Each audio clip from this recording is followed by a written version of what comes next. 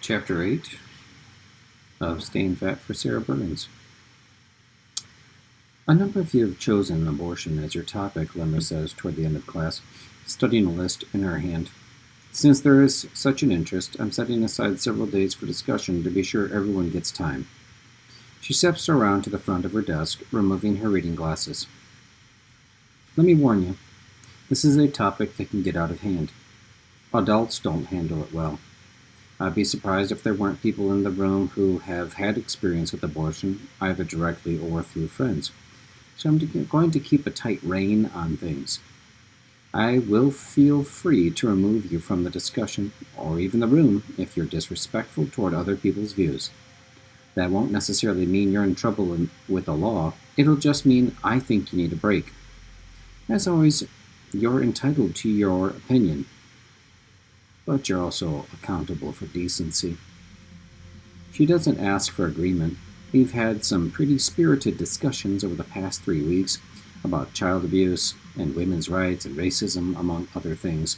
And what's becoming clear is that most tough problems in the world run into each other. We start talking about one, and we end up talking about another, and no one can figure out how we got there. I think Lemry knows that. I'm off my pace a bit. Jody's in the bleachers watching Britain, and I can't take my mind off her note. I'm hitting my time standards, but when I should be bearing down in the stretch laps, my mind wanders. I've always tried to stay cool when it comes to matters of the heart. As a fat kid growing up, I just assumed there would never be a girl for me. In junior high, I watched the popular kids hang out, playing boy-girl games, and I told myself they were stupid and wrote mean things about them in Sarah Burns's and my trashy newspaper. But truth is, sometimes it hurt so bad I wanted to die.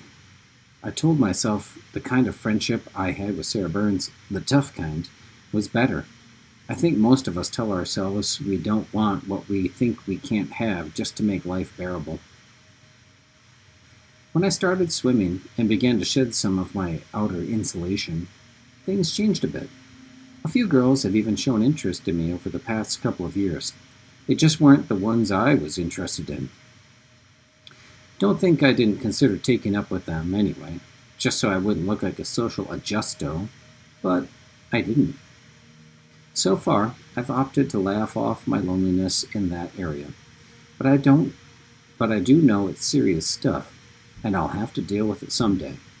I wish my mother could be more help, but she treats love like an extracurricular activity. I think my dad hurt her a lot, though she's never said much about that, probably because I have as many of his genes in me as hers, twice as many visible ones. And she doesn't want me thinking there's something wrong with me because my dad was a jerk. Someday I'll have to sit her down and have a serious discussion. And now there's Jody. Sure, she's in the bleachers watching Britain, so maybe she's changed her mind since dropping me that note. But she's a possibility now. As Ellerby said, anything that's known can't be unknown. And I have that note locked away in the headboard above my bed. And believe me, it's known, in a biblical sense. I have consummated its existence. Yes, I have. Ellerby was right. I should have acted more quickly. The longer I wait, the more reasons I can think of why it means something other than what I thought it meant when I first read it. Steamrollers, Lemry yells. 1 hard, 1 easy, 2 hard, 1 easy, up to 10 and back. My mind calculates. A total of 100 laps hard, 19 easy. Jesus, will I be glad in a month or so when we start to taper off for state. Being a distance man, I expected to come out on top of this. Britton and Ellerby go out in front. The first lap is a 25-yard sprint, then an easy 25, followed by a 50-yard sprint. They're still pulling away from me at 4 hard, a 100-yard sprint, but there I begin to close the gap. My easy laps are faster than theirs, and as we begin into 6 hard, then 7, stored blubber comes into play. By 8 hard, we're pretty even, and beyond that, I'm pulling away with every stroke. At 10 hard, they're in my dust or my mud. God, this feels good. There is no place I feel more powerful or more in control than in the second half of a tough distance workout. I piss and moan with the best of them reading Lemry's workout on the bulletin board, but once I'm in it, I'm in it. Whoever beats me can't let up, because the older I get, and the longer the distance, the tougher I am. I figure I'll make the Guinness Book of World Records by swimming the Bering Strait some New Year's Eve after I turn 90. I hope Britain's still around for me to hate by then, but he'll probably be secure in heaven and out of everyone's hair. I'm cooking on the decreasing laps, 8 hard and less. Ellerby's pulling away from Britain, but he's way back from me, and I need a challenge. So I'm thinking it'd be a nice touch to double lap old Mark, especially with Jody watching. It shouldn't bother him. Britain's talent is speed, not tenacity. But I have survived my years as a fat kid by mastering the adolescent psyche. And I know he'd rather eat his own liver than have Jody see me standing in the shallow water looking for something to do while he finishes his last 2 laps. Hey, nobody ever called me sensitive. Skullduggery is in order here. I'll have to push harder through the easy laps without his knowing, because if he discovers me, he can hold me off. When I finish 7 hard, we're at opposite ends of the pool and I'm due for an easy one. Instead, I turn it on coming off the wall, back off when I swim into his view, and pick up again once we've passed each other. I don't think he caught me, so I'll get another chance to make up a bundle after 6 hard. This is too easy. I hope Jody appreciates it. Abortion, Lemry says, pacing the perimeter of the room. This is delicate stuff, so let me remind you once again to be careful. I've read some rough drafts, and it's clear that those of you who chose the topic have strong feelings. My guess is that others do also. For purposes of discussion, keep your passion to a minimum and make your points rationally. I'm going to sit back, at least for the first round. I know for a fact that Britton and 2 others in the room, Sally Eaton and Cynthia Parrish, have picketed the clinic up at Deaconess Hospital where women in this town go for abortions. And Jody has been up there at least once. Plus, it's one thing to mess with Britton's head in the pool, but when a subject bangs up against his religious beliefs, he gets cranked. Anyhow, I don't even know what I think about this. I do believe women ought to have a choice, but that's because my mother has always been so vocal. Truth is, I don't have to worry about getting pregnant. A line Lemry better not hear unless I want to do push-ups in the aisle until the end of the period. And unless something in my life changes drastically, I won't be approaching an activity that will cause anyone else to become pregnant in the near future. Mr. Moby Calhoun has been voted the closet sex maniac most likely to become Pope 3 years running. Who wants to start? Papers shuffle, eyes fixed to desktops. Lemry fingers through the rough drafts. Ms. Eaton, you turned in an extensive draft. Could you give us a rough sketch of what you wrote? Sure, Sally says. The hard fact about abortion is that it is murder. A fetus has no capability to stand up for itself, and yet it is as alive as you or I. So-called pro-choice activists say it isn't because it doesn't speak or communicate in any way we know.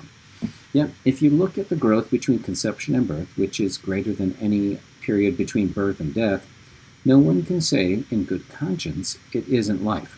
The taking of life is murder. Whew, Lemry has to be impressed. I am. Mr. Britton. Couldn't have said it better, Mark says. The truth is, potential mothers and people who conspire with potential mothers to allow abortion will pay forever in the afterlife. Lemry nods. Let's keep this discussion a bit more immediate, okay? We'll discuss religion and belief systems in another segment. That's the problem, Britton says back. You can't separate this question from spiritual reality. That's the only way pro-choicers can make an argument. But there are laws far more powerful and absolute than human laws. You can't argue the question of abortion without including the laws of God.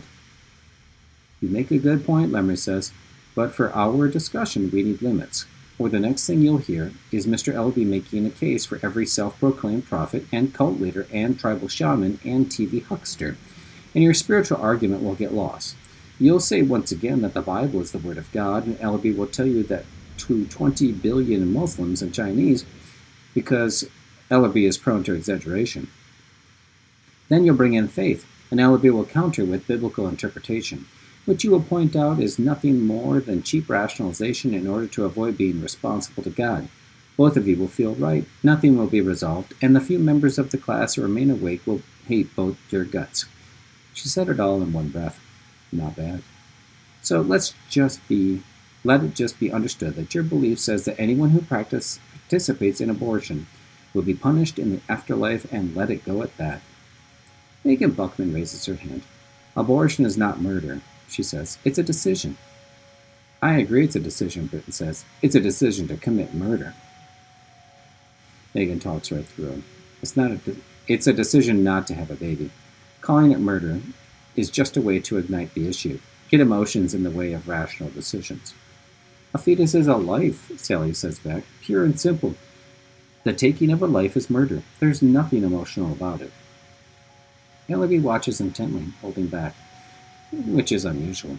Nothing excites Ellaby more than a good fight. I'm also surprised that we haven't heard from Jody. Megan takes a deep breath. There's some question among scholars about when life actually starts. Only among scholars who have the need for abortion to be okay, Sally says. It doesn't take Albert Einstein to know that if something is growing and using nutrients, it's life. If they discovered it on Mars, they'd sure say it's life. That's a good point. Megan is unflappable. By that reasoning, anything that can swim upstream and bang its head against the walls of a female egg until it crashes through is also life, which means every time one of these guys takes his life into his own hand, that's murder too. Willful destruction of sperms is mass murder, using that argument. Ooh, Megan, getting close to home.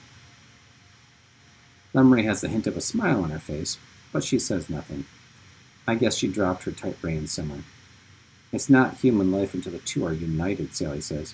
That's the beauty of two people being together. Megan won't be moved. But we're looking for the line here. The line between when there's life and when there's not. That means we have to look at capability. By your definition, knowingly killing a sperm would have to be murder, particularly if it could be put to good use. And every guy in this room has taken sex ed. Christ, a minute ago I was just a big old husky bugger out there turning in most of my homework and getting from one end of the pool to the other in a hurry. All of a sudden, I'm son of Sam.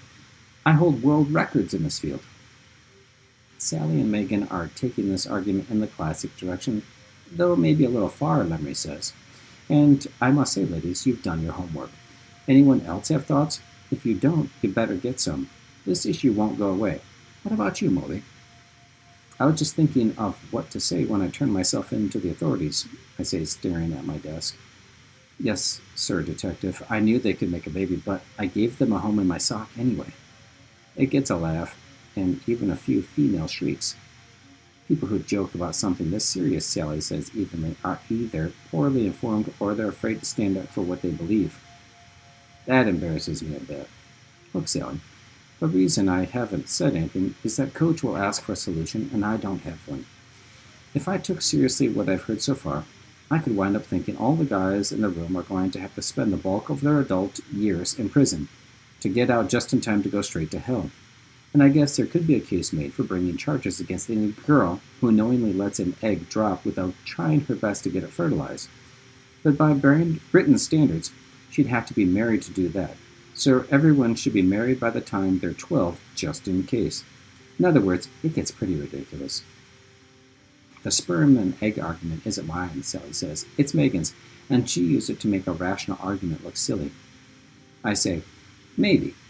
But even if you drop the sperm and egg argument, it still leaves room for some question about when human life begins. Yeah, from the moment of conception, it could grow up to be a baby. But it ain't a baby. It doesn't have baby trappings. You know, arms, legs, eyes. They're coming, sure. But they ain't there yet. Actually, I'm remembering most of this from listening to my mother. I really don't have much feeling. I'm just reacting to Sally calling me down in front of the class. But once there's conception, it's all continuous. There's no way to draw the line, Sally says. Sure there is, Megan breaks in. We draw the line wherever we want to draw it. Changing abortion law proves that. Britain explodes. There's a law higher than that. Don't you understand? There is higher law, and it's not flexible. Lemry raises her hand. Mark, take it easy. We've got a pretty orderly discussion going here, all things considered. Jody, what do you think? Boy, there's a mischievous side to Lemry. Jody glances sideways at Mark. I'd like to agree with Mark, she says, and there's a strength in her voice I haven't heard. But every time I think something is absolute, it turns out not to be. So I guess I don't know. If looks could kill, Jody would be meat. Lemry scans the room. Mr. Ellerby, she says, glancing at her watch. I've never been in a room with you for more than 5 minutes without having to tell you to shut up. You're making me crazy. Ellerby smiles. Oh, right, I knew you cared. You're wrong, Lemry says back. It's just that if you're terminally ill and you drop dead in my classroom, I'll have to answer to the school board. I'm too close to retirement for that. Don't ever get it in your head that I care. Methinks she doth protest too much, Steve says to the class. But now that you've sought my opinion, he scans the room quickly. Ellerby loves an audience.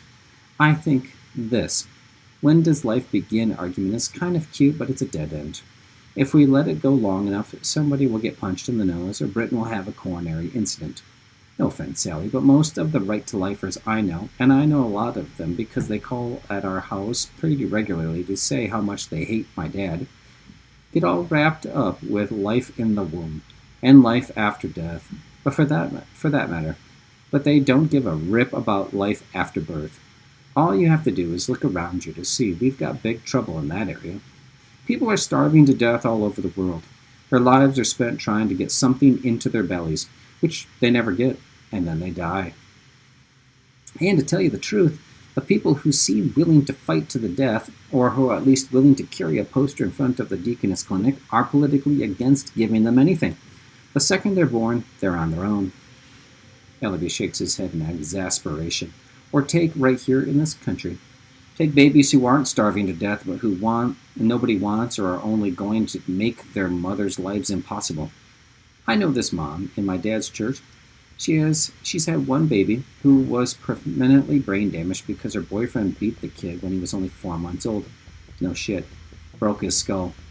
She has another baby born with fetal alcohol syndrome because she was drinking so much grieving the first baby that she marinated the second one. Now she's pregnant again. She doesn't want the baby, but she also knows if she has it, she won't adopt it out. She just can't. She just wants to not have it. She's in school and her life looks almost manageable. But she says this pregnancy will take her under. And let me tell you, I know this lady. If she says it'll take her under, believe it. He puts his hand up. I just don't think you can have this argument without talking about quality of life. Not just life, quality. Sally is silent, seems to be thinking about the woman Ellerby described. Lemry snatches control. So where are we? If we buy into Steve's BS, Brayden says through gritted teeth, we're lost. The world is tough. There are strict rules.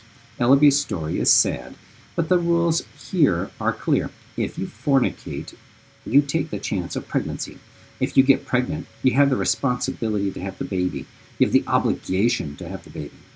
Ellerby said a lot about that woman, but he didn't say that she didn't know how babies are made. She fornicated. She needs to step up and take the consequences. If I could hold back, I'd just humiliate Britain in the pool again. But we won't be in the water for several hours, and I can't wait. Britain's Christian way is so goddamn unforgiving. Maybe it's because I grew up fat, or maybe it's because I grew up with Sarah Burns. But when he gets righteous about people having hard times, I get hostile. But I have to be cool, or Lemry will step in. I don't think a baby who is born as a consequence has much of a chance. Maybe an ingredient in the when does life begin argument ought to be want. Life begins when you have a sperm and an egg together with some want. Or maybe Ellerby's right. The when does life begin question should only be on game shows. I know one thing. This religious argument, at least the way Mark Burton presents it, is one cold, damn argument, and it doesn't address human pain. And maybe there is more an argument about your particular religious view, Mark, but whether we're talking about Sarah Burns, or a baby with brain damage, or a mother who can't face another pregnancy, you are one heartless SOB. Lemry cuts me off. That's enough, Eric. That's personal. It has no place in this discussion. That may be, I say, but Britton argues in a way that isn't fair either. He goes for people's open wounds, then brings God in with air support. You have to agree there's a certain cowardice to that approach. Lemmy hoists herself up on the desk. This might be a good place to stop for today, she says, but Britton interrupts. You can almost take his pulse from across the room, but he speaks in measured tones, looking at his watch. Tell you what, Ms. Lemmy, we've got 15 minutes till the class ends. Let Moby and me have this out. Nobody calls me a coward. It's tempting, Mark, but we're trying to look at this from a scholarly perspective. Mark's hands shoot up, palms out, intensity thick enough to choke him as he gathers in his throat. We'll keep us scholarly. Agreed, Moby? No punches? No punches. Lemmy shrugs, looking somewhat amused around the room. This is not mandatory, she says. Anyone who doesn't want to participate may be excused. Just don't hang out in the hall. No one moves a muscle. I try to take away a little of Britton's steam. First of all, Mark, I didn't call you a coward. I called your approach cowardly. No difference, he says. You can't separate me from my actions. A man is known by his works. I shrug. Have it your way. He nods as if to say, I intend to. Number one, your argument is the cowardly one. And you have to be a spiritual coward to make it. The rules that God made to govern the world are strict, but they're the same for everyone. They don't change because some female doesn't have the brains to stay out of situations that lead to fornication. They don't change because you got born into a family with no dad, or because your father is a misguided, permissive preacher who lets you drive around in a car that screams blasphemy. They don't even change if you're scarred all over your face and hands like your friend. We're all born into different situations, but the Word of God is the Word of God, and everyone has to adhere to it. Everyone. If you choose to have an abortion, you're a killer. If you're a killer, you're going to have a tough time staying out of hell. It doesn't matter what kind of hard time you give me, Calhoun, how many times you trick me in the pool or mock me in front of others. When the time comes for the real judgment, guys like you and Ellerby are going to have to stand up and face your actions. He raises his eyebrows. Then we'll see how clever you are. Britton's tone has a moth's ring to it. Let me tell you something, young man. You're not as smart as you think you are. I can tell he's scored because the old Calhounian sweat glands are creaking open. I have to be careful not to spin out of control. Here's my problem with your argument, Mark. I'm not a big-time Christian. I haven't spent a bunch of time locked in my room with my Bible. But when I close my eyes and imagine God the way you paint him, and Jesus too, I just can't buy it. It'd have to be a pair of horses' asses to treat people that way, with no consideration for their circumstances. Think of a king, any president, hell, any mother or father who could treat people that way. One mistake, and you're out of the ball game. That just doesn't make sense. And that's my point, Britton says, more to the rest of the class than to me. It doesn't make sense because Calhoun doesn't want it to make sense. If it makes sense, then he has to answer to it. He says he hasn't spent any time with the Bible, and he shouldn't even be in this argument because he hasn't gone to the one place where the answers about abortion are. Wait a minute, Ellerby breaks in. I've spent a little time locked in my room with the Bible, and I think you're more full of shit than Moby does. Certainly, I'm for birth control before abortion. But I'll tell you one thing, Britton. If God kept as close an eye on us as you say he does, and if he felt the need to intervene in daily human problems, he'd put on his steel-toed holy boots and come down here and kick your butt for making him look like a mean-spirited, unforgiving Ayatollah. Lemry breaks it off. Listen, guys, I could watch you beat each other to death all day and never get enough, but the bell is about to ring. Ellerby opens his mouth to continue, but she hits him with a look that has knockout written all over it. What you've seen in here today is not unusual when we deal with emotional issues, but it dramatizes something important in looking at any contemporary American thought. No issue is isolated. We started out talking about abortion, but the discussion quickly drifted to general beliefs. No amount of effort could have stopped that, because our points of view, the way we perceive things, are inextricably linked to our beliefs. If you don't leave without anything more than that today, leave with that. What I hope we can learn is to be aware of how our beliefs color what we see. I wanted to tell Britton that Lemmy was trying to tell him that his own little view of the universe wasn't the only view possible. That if there's a heaven, decent people all over the world who have never even heard of Jesus Christ could get to go there, even if they'd made mistakes, even if they'd had abortions. Headed for my locker, I pass Britton and Jody in an animated exchange, probably discussing which level of hell Ellerby and Megan and I will inhabit. As I dig through the primordial ooze for my government book, a hand touches my shoulder. You never answered my note. I turn speechless. Jody says, could we talk? Now? Not right this minute. I have class. What about after school? I have to swim. After that? Sure. How about we get a burger? 5:30? I could pick you up. We agreed to meet at the burger barn, and after shyly asking me to keep our meeting to myself, at least for now, she's gone. And I stand dazed in front of my locker, having forgotten where my next class is, or what it is for that matter.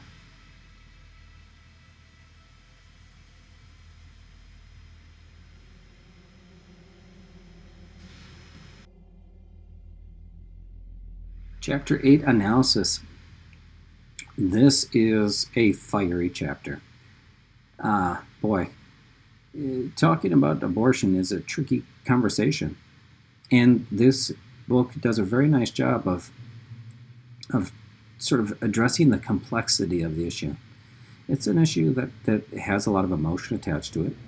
And there are a lot of sort of philosophical issues related to it. The number one issue, when is it alive? A typical pregnancy is 40 weeks, and 40 weeks, you have to ask, well, does that mean the baby's a baby when the baby's born? Well, some babies aren't born. People have cesarean sections. That means the baby's not actually born, that they go and have a procedure, surgery, and take the baby out. Does that mean the baby's not a baby? Does that mean the baby isn't a baby if they're not born at 40 weeks? My daughter was born at 36. So was she not really baby? Or are babies at 36 weeks? And you can go back even further. Are there babies that are born 2 months early? Sure. What about a baby that's born 3 months early? That can happen too. We can go back and back and back. And you end up having a weird discussion about, well, if the baby can survive, it's a baby. Okay. So the day before that, you can have an abortion and it's okay? It's a crazy discussion. The main thing that people can agree on is that if you have sex and the egg is fertilized, that it can turn into a baby. That's about it. That's about everybody can agree. About what you do with that thing that's created, that's where things get tricky, Preventing that from happening, preventing the pregnancy from starting, that's very rarely the conversation. And this sort of fictional class discussion is something that is pretty common. And the sort of interesting part for me as a reader, and hopefully for you as a reader, I think the way they talk about the discussion, the positions in the discussion are pretty accurate. And I think the sort of energy of it, the anger, the emotion is really accurate too. People get very fired up about this, and they just don't seem to move their position. They either believe one thing or they believe another, but the belief doesn't change. And people don't really discuss it. They more are engaged in an act to convince someone to change their position, not their own. So that's a huge part of this chapter. And we see, Eric Moby kind of step up and take a stand, which is interesting. And we see something crazy at the end of the chapter, which is the girl comes and asks him to get together. Okay. And that means she's really interested. And Eric is going to have to figure this out because Jody Mueller is knocking on his door saying, hey, can we talk? Can we hang out? Can we do this? And remember, he's a self-proclaimed fat kid who's never done these things and isn't really ready to handle these things. And man, does it make you want to read Chapter 9. All right, guys. I'll talk to you later.